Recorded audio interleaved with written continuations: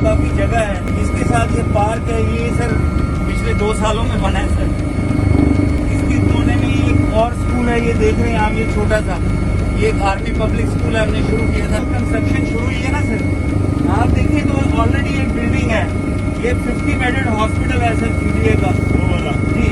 और उसके साथ ये 100 बेड अभी चाइनीज बना के दे रहे हैं। आप देखें पीछे इन्होंने एक कैंप बनाया हुआ है, ये चाइनीज कंपनी है सर जो बना रही है उसी हॉस्पिटल के पीछे। इसकी जो अगली फेज है उसमें एक नर्सिंग इंस्टीट्यूट है सर, और फिर सर 150 बेड्स और बनने हैं, तो 300 तक लेके जाएंगे eventually, and then they will make a medical college. So this is all Chinese but in phases.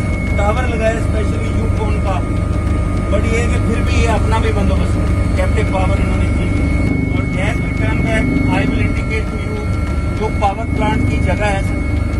ये जो रोड जा रही है कराची वाली रोड है, इसी रोड के साथ देखिए वो जहाँ से पहाड़ शुरू हो रहा है सर, उस पहाड़ के फुट हिल पे सर पावर प्लांट है सर, वो जो 300 मेगावाट वाला है। वहीं पे सर कोई हल्की सी बिल्डिंग आपको नजर आ रही है AM99 के नाम से, अभी एक रिजॉर्ट बना है सर।